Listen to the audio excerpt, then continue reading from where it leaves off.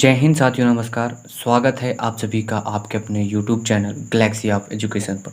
साथियों, आज से हम सभी आपके जो इंग्लिश है उसकी बेसिक क्लासेस जो हैं उनको आज सभी स्टार्ट कर रहे हैं, जिसमें आप सभी का आज का जो फर्स्ट टॉपिक होगा आपका मॉडल ऑक्सिलरी वर्ब्स, यानी कि जो आपकी मॉडर्न सहायक क्रियाएँ हैं वे कौन कौन सी होती हैं और उनके प्रयोग कैसे होते हैं, किन किन कंडीशन में इनको प्रयोग किया जाता है। आज की इस वीडियो में हम सभी उन सभी को डिस्कस करने वाले हैं।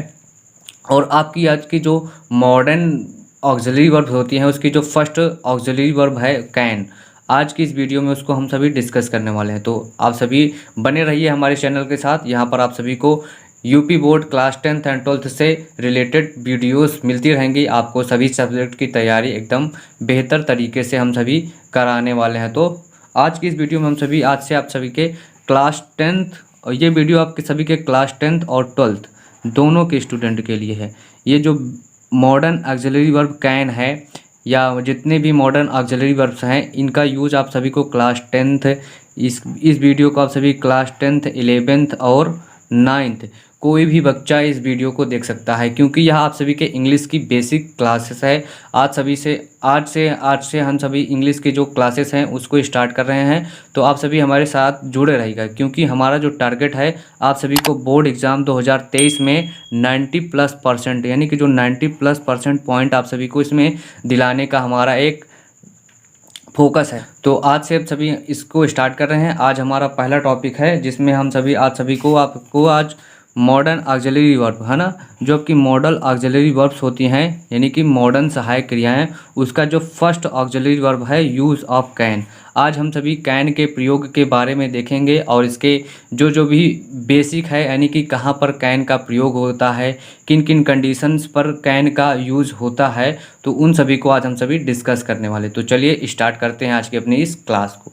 तो स्टूडेंट देखिए, पहले तो होता है कि कंडीशन यानी कि यूज़ मतलब जो पहली हेडिंग है यहाँ पर हमने आप सभी को बताया है कि आप सभी किन किन कंडीशन को आने पर आप सभी को सेंटेंस में कैन का यूज करना है। यानी कि यहाँ पर देखिए कंडीशन दी गई है कि जिन वाक्यों के अंत में है ना, जो वाक्य हैं उनके अंत में अगर आप सभी को सकता है मिल जाए है ना, जैसे कोई भी वाक्य है, जैसे मैं कह सकता हूँ कि मैं यह काम कर सकता हूँ है ना, तो ऐसा जो वाक्य है इसमें सकता है। या फिर मैं कह सकती हूँ, या अगर कोई लेडीज़ है तो वह क्या कहेगी कि मैं यह कार्य कर सकती हूँ है ना, तो सकता है। जिन वाक्यों के इंग्लिश यानी कि जो आपका सेंटेंस है उस वाक्य के अंत में यदि सकता है, सकती है, सकता हूँ आदि शब्द इससे रिलेटेड आते हैं, यानी कि आपको किसी कार्य को करने की योग्यता या क्षमता वहाँ पर प्रकट होती है, तो उस स्थान पर आप सभी कैन का प्रयोग करते हैं ना। यहाँ पर देखिए आप सभी को बताया गया है कि जिन वाक्यों के अंत में सकता है, सकती है, सकता हूँ, सकती हूँ, सकते हो आदि शब्द आते हैं और वाक्य से जो आपका वाक्य है यानी कि जो आपका सेंटेंस है उससे आप सभी को कार्य करने की यहाँ पर योग्यता यानी कि वह एबिलिटी है उसके अंदर कि वह वो कार्य कर सकता है, उसके अंदर वह क्षमता है कि वह उस कार्य को कर सकता है, या फिर वह अपना सामर्थ्य प्रकट कर रहा है कि हाँ मैं इस कार्य को इतने सेकंड में, इतने मिनट में कर सकता हूँ है ना। यह सभी आदि प्रकट होते हैं, तो वहाँ पर आप सभी कैन का प्रयोग करते हैं ना, वहाँ पर आपका कैन का यूज होता है। स्टूडेंट एक बात मैं आप सभी को बता दूं कि ये जो क्लासेस होगी इनकी जो आपकी जो पीडीएफ नोट्स हैं वो आप सभी के Telegram channel Galaxy of education पर आप सभी को वहाँ पर प्रोवाइड करा दी जाएंगी। तो आप सभी हमारे टेलीग्राम चैनल से भी जुड़िए, वहाँ आप सभी को पीडीएफ नोट्स और जितने भी इंपॉर्टेंट क्वेश्चन होते हैं, डेली क्विजेस वहाँ पर शाम को 7 बजे कराई जाती हैं सभी सब्जेक्ट के, जैसे आपके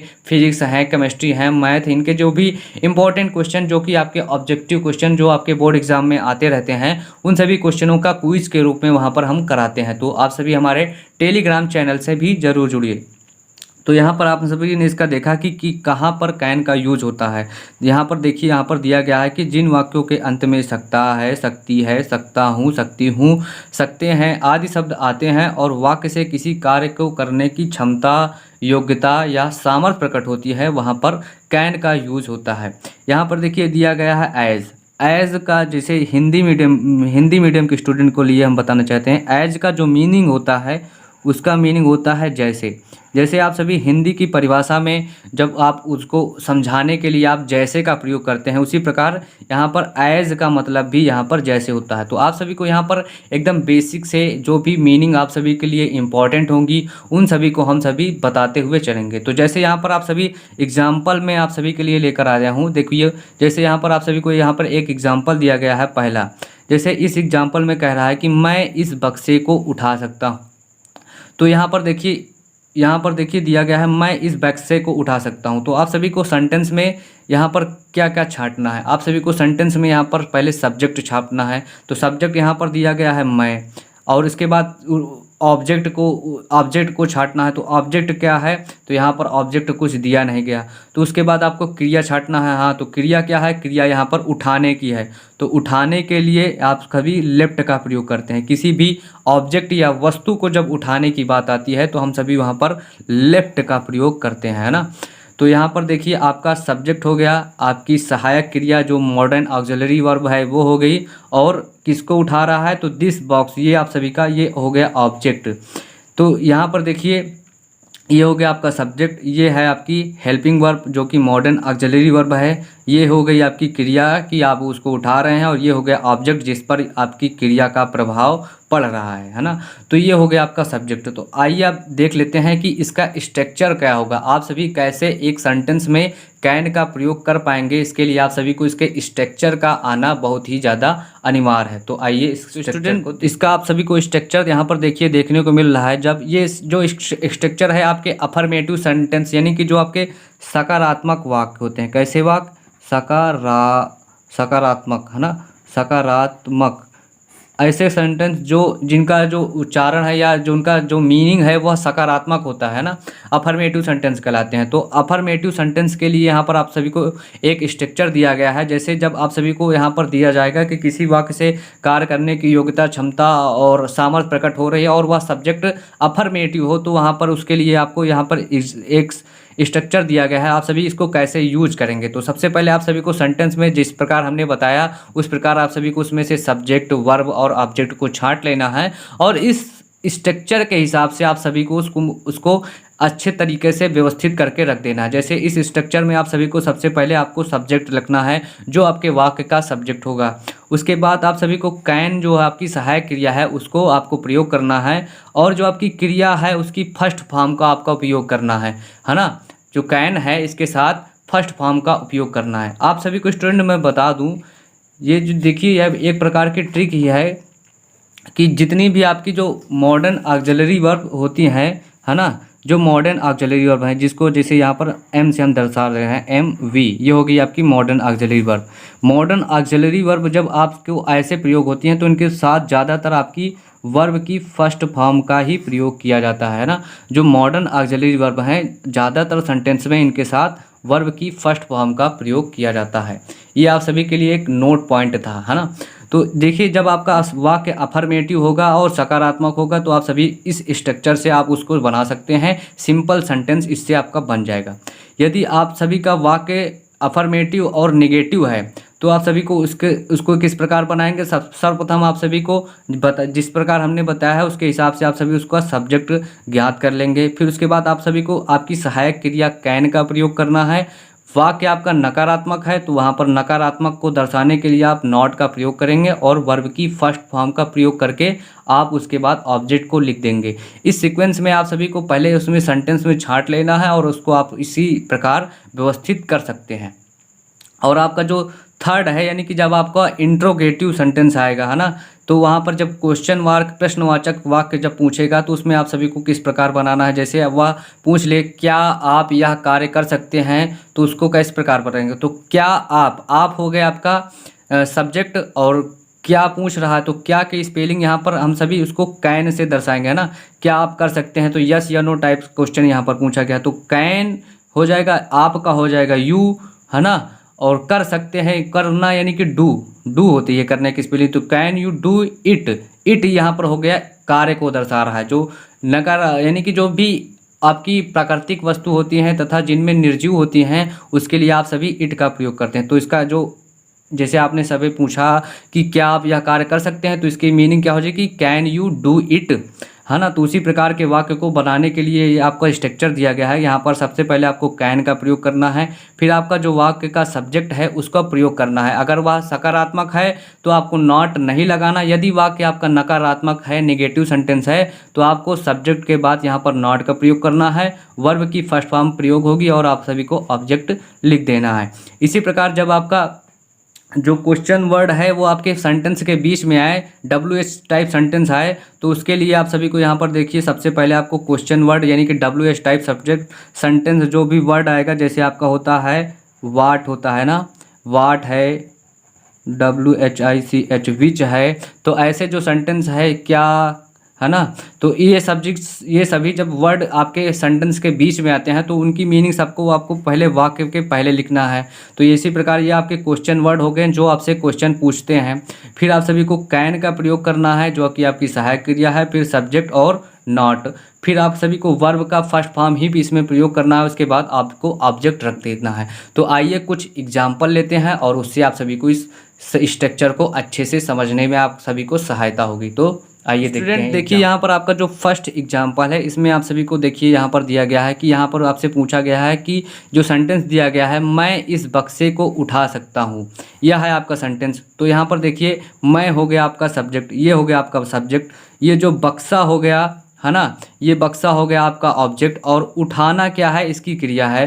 तो आप सभी को स्ट्रक्चर याद है, सबसे पहले आप सभी को सब्जेक्ट लिखना है, फिर कैन का प्रयोग करना है, फिर जो आपकी वर्ब है उसका प्रयोग करना है, फिर आपको ऑब्जेक्ट रखना है। तो मैं हो गया, मैं की स्पेलिंग होती है आई, कैन हो गई आपकी वर्ब, और उठाने की स्पेलिंग होती है लेफ्ट, है ना, और किसको उठा रहा है, तो बॉक्स को। तो यहाँ पर आप सभी का ये सेंटेंस बन गया कि I can left this box. ये हो गया आपका मैं इस बक्से को उठा सकता हूँ, इसका जो सेंटेंस बन गया I can lift this box.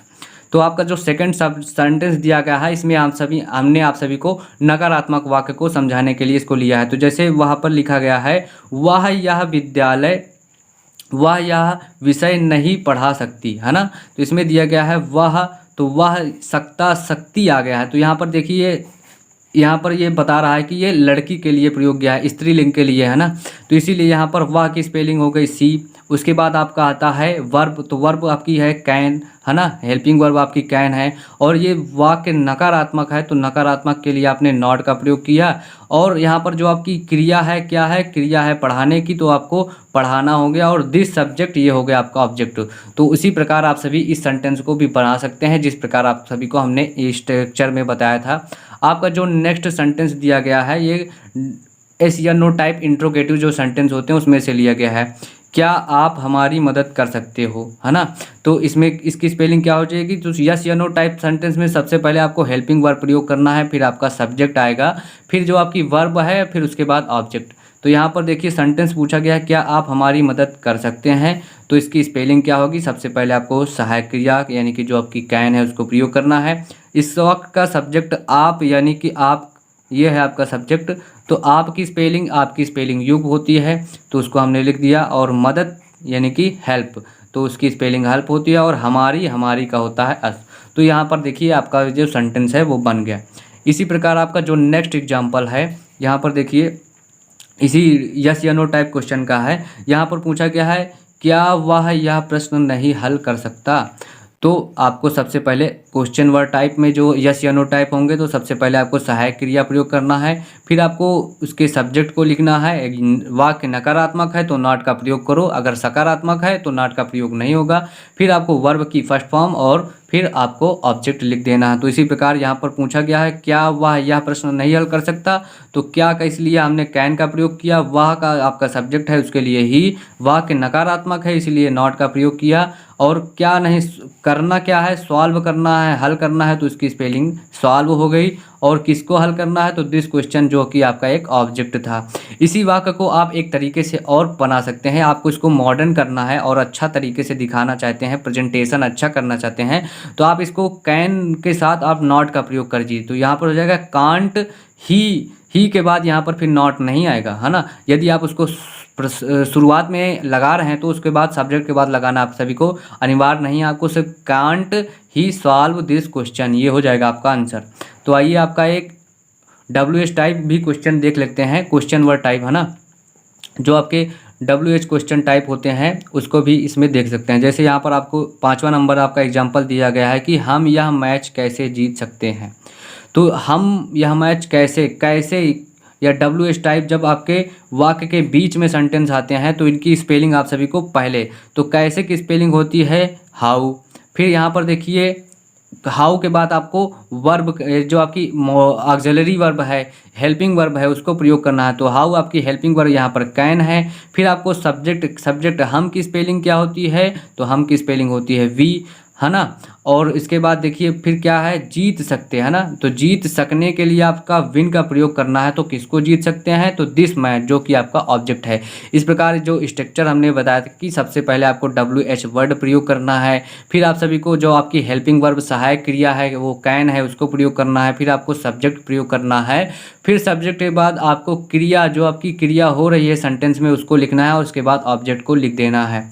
इसी प्रकार देखिए आपका जो नेक्स्ट और लास्ट एग्जाम्पल है आज का, वहाँ पर देखिए यहाँ पर दिया गया है कि वे यह कार्य क्यों नहीं कर सकते। जो WH टाइप था उसका एक नेगेटिव सेंटेंस है, उसको भी हमने ले लिया। तो यहाँ पर देखिए यहाँ पर वे यह कार्य क्यों नहीं कर सकते, तो क्यों का स्पेलिंग हो गया आपका वाई। और आपकी सहायक क्रिया लिखना है, सबसे पहले WH, फिर उसके बाद सहायक क्रिया, फिर सब्जेक्ट। फिर आपका अगर नकारात्मक वाक्य है तो आप सभी नॉट का प्रयोग करें, अगर सकारात्मक है तो नॉट का प्रयोग नहीं करना है। और उसके बाद हेल्पिंग वर्ब सहायक जो आपकी क्रिया वाक्य में हो रही है उसको लिखना है, फिर आपको ऑब्जेक्ट लिख देना है। तो यहाँ पर सेंटेंस दिया गया है कि वे यह कार्य क्यों नहीं कर सकते, तो इसका स्पेलिंग हो जाएगी, जो सेंटेंस बनेगा why can they not do this work. और इसको आप एक प्रकार से और बना सकते हैं, देखिए इसको और मॉडर्न तरीके से बना सकते हैं। वाई इसके बाद कैन और नॉट को साथ में लिख सकते हैं आप कांट।